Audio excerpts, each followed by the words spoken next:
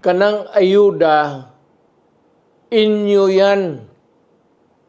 May, Diyos ko po,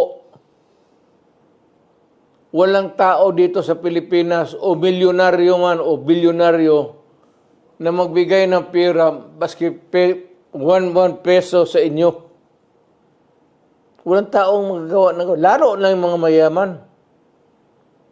Yang binibigay ng mga politiko, milyonaryo man o mahirap, hindi nila pera yan. Pera ninyo.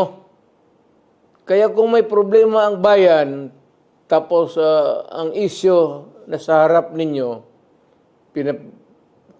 you are made to choose in either referendum or plebiscite, maawa naman kayo sa anak ninyo, future generation. Isipin ninyo yung problema. Yung ibigay ninyo ng pera, kunin ninyo, kay pera ninyo yan. Hindi gago itong nag-imprinta yan sila ng pera, ipamigay. No, it's your money. Ninanakaw nila yan, yung iba.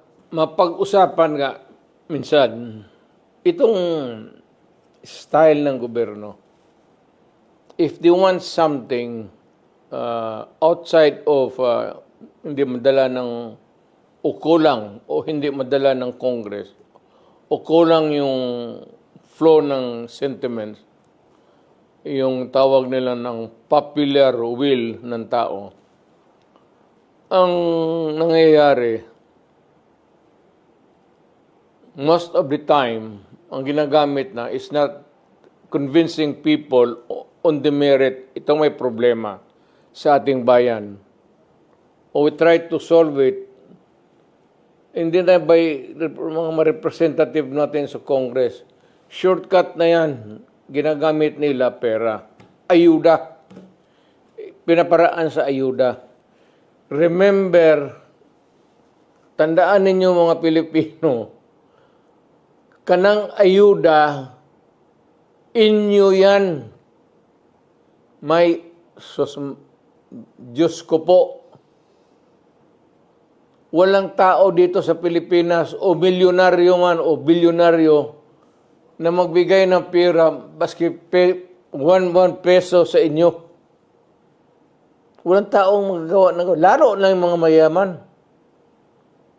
Yang binibigay ng mga politiko, milyonaryo man o mahirap, hindi nila pera yan. Pera ninyo. Kaya kung may problema ang bayan, tapos ang isyo na sa harap ninyo,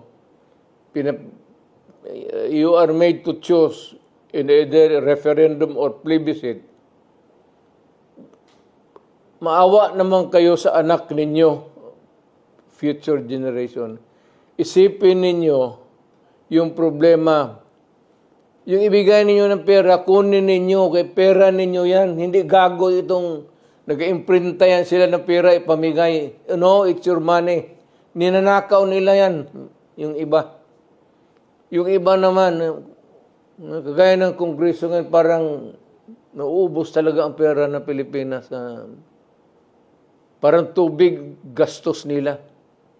Uncontrolled use of money. Basta halos imprinta na lang, baski wala na value. Ano kasi natin, ang peso is, ang valuation niyan is, gaano kalaki ang negosyo mo. Kung kaya ng negosyo mo sa store, yung pera mo na papel, piso, 5 pesos or something. Kung dito ka sa mataas, 10 pesos, 50, 100. Kung dito ka naman sa taas, tag 1,000. Ganun yan. Ganun ang ekonomiya. Kung nandito ng ekonomiya natin, yan lang may ibigay natin. Kasi kung baski na bigyan kayo ng sobra-sobrang pera, yung pera mabibili ninyo, mauubos yan. Kung ganun kakapal, kasi ganun kamahal. Yung binibili mo, tama lang sa bibilihin mo. Kasi nagkataas yung presyo eh. Yung huwag ninyo sabihin na ang pera nakalamang. Hindi, tabla yan. Ganun palagi yan. Hindi pwede yung Carne Norte, bababa lang, tapos sa taas yung pera mo na mabibili. Ang Carne Norte, habol yan pati sardinas. Ganun ang laro dyan.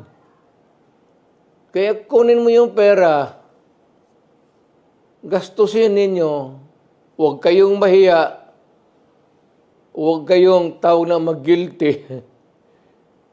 Hindi karapat-dapat. Pera ninyo yan. Walang tao dito sa Pilipinas na gago nagbibigay ng pera sa sariling. Pera, ayuda, huwag ninyong, huwag kayong magkaroon utang na loob. Pera ninyo yan. Nilalaro lang tayo. Tanggapin ninyo yan, pera ninyo. Sabihin ninyo, dagdagan pa ninyo. Kasi yung pagod namin pagka-Pilipino, kulang ito. Ika'y nagtatrabaho, laborer ka, nagkukontribute ka sa ekonomiya ng Davao, mga building, someday yung ginamasa mo na simento, maging building yan. You improve the economy kasi yung mga building yan may mga kwarto-kwarto. So marami magpasok ng kailangan ng mga kwarto-kwarto, negosyo, magtayo sila ng mga building ito, kailangan nila ng mga ganon ang ano niyan. Ibig sabihin, walang libre dito sa buhay na ito. Pinaghirapan mo yan. Inyo yan. Tanggapin ninyo, inyo yan. Huwag kayong magpasalamat. Yan ang mensahe ko para sa Pilipinas.